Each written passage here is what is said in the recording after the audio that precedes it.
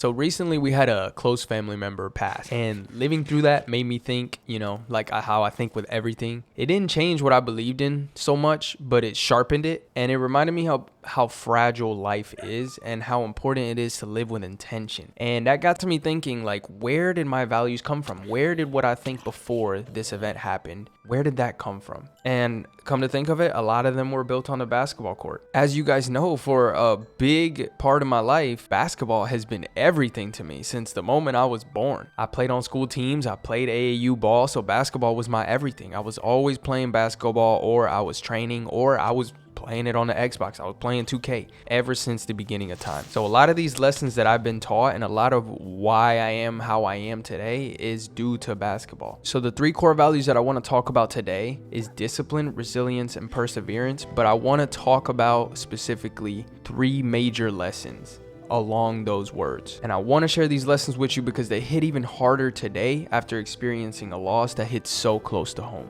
And when I say in the title, what basketball taught me about death, I'm not saying it like the game explains death, because it obviously doesn't. I mean, it taught me how to live before I ever had to face it, before I ever had to face a trial like that. And facing hard things is what prepares us for hard things. That's crazy that it's kind of ironic.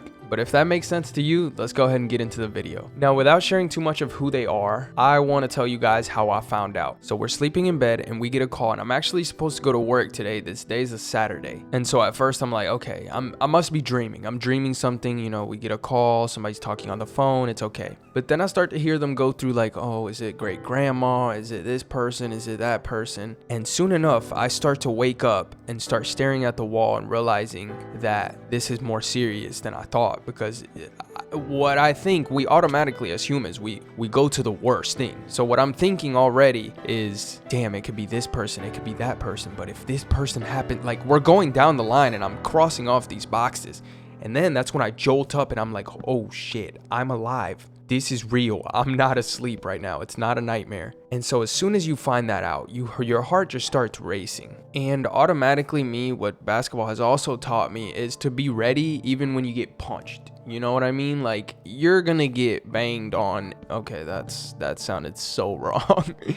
But you're gonna get, how can I say it without it sounding gay like that? You're gonna get pushed around. You're gonna get kicked on the ground. But I straight up go to responding right away. So I'm like, okay, do I need to go ahead and somebody needs to cover for me at work? Because I can't go. I have to be next to my person, and I have to be supporting them through this. So automatically you're in this like anxiety driven type of emotions, and you don't know what to do, but yet all the answers are kind of coming to you. You just gotta kind of let them flow, kind of let them come through. So that's the story about what happened. It was at 5 a.m, and obviously we didn't go back to sleep. That day was so long. I couldn't even begin to fathom like the fact that we even were able to pass that day. Like, that day seemed like it would never end, and then it ended, and then another day came, and then little by little it started getting easier and easier, but that day just seemed like it was never ending. So now to what I realized overall, which I talked about earlier. I already knew this, but now this sharpens it. Don't waste your time. If you have a dream, you need to go and get it, because death is weird to say the least. Like, at the end of it all, we don't know what is actually going to happen. People cope different ways. People use religion. People have faiths and other things. Some people just think that as soon as you close your eyes, the lights just turn off.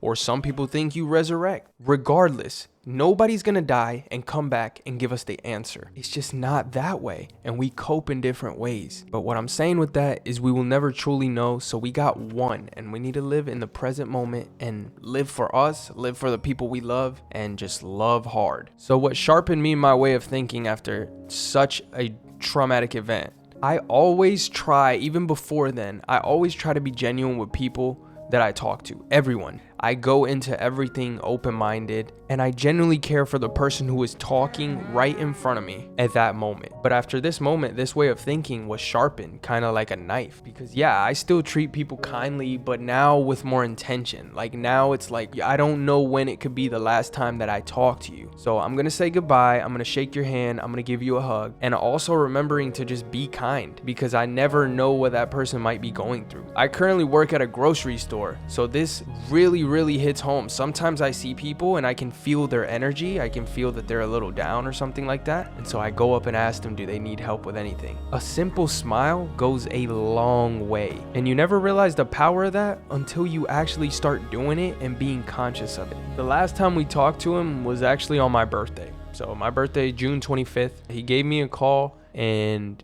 he said a bunch of crazy shit. And he basically just said, you know, happy birthday, and I hope you have many more. But he cared, and he gave a quick call for my birthday. Then a night went by, and then another went by, and he was gone. He was gone that next night, and it was like, how? How is this even possible? That now I don't know this person's existence for the rest of my days. And just like that, he's gone forever. I don't know anything. So here are the 3 lessons that basketball taught me on how to deal with this. After sharing with you guys everything. Every game ends, so make it matter.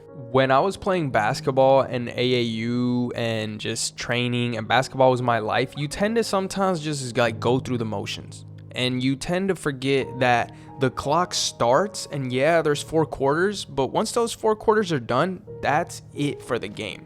Like, the score is what the score is. What you did for the game is what you did, and that's it, which is poetic because that's kind of how life is. We tend to go through the motions, whether we're at work or something like that. And whoever we interact with, yeah, we talk shit on the basketball court, and we talk shit in life, or we get mad, we get road rage. Whoever we interact with, after the score is set and done, that's it.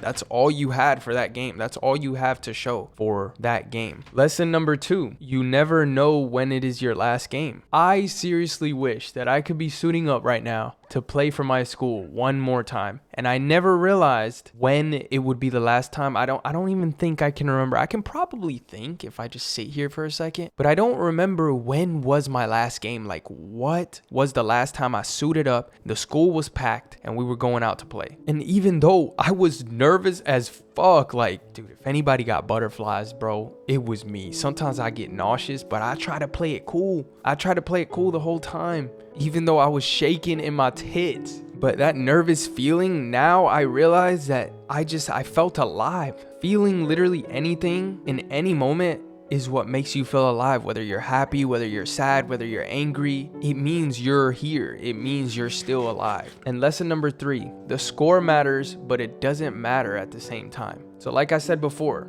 the game ends. It's temporary. And let's say you scored less points than you thought you were going to get, or you played worse than you thought, or you played less time because the coach didn't put you in for as long as you thought. The game ends. So take the pressure off. And I'm going to talk about this in a future video as well, because I think it was the biggest thing that kind of ruined my game. But the game ends, and we need to take pressure off of it. It's temporary. Enjoy it. You only live once. You only play this game once. And if you go into it with the mindset that, damn, this could be my last game, you're first of all gonna try harder, and second off, you're gonna enjoy it more because you know that you're only promised that certain time that you're there right now. And another thing, you're never fully gonna be ready for things like this. Hard-hitting things like this, like death or any type of like hard trauma, family trauma, you're never gonna be ready for it. But at least it helps to know that you have some tools to cope. And the most important thing is always how you respond and the mindset that you have on everything that happens, whether it's good or bad. Make sure you guys comment what you learned, and if you enjoyed the video, obviously like the video. And I want to see you guys again, so please hit that subscribe button as well. But I say this with all intention in the world. If you guys didn't know yet, I always say nos vemos at the end of every video. That's how, in Puerto Rico at least, I think other countries say that as well, other Spanish speaking countries, but in Spanish that's how you say see you later. So I say this with all intention. Okay, nos vemos.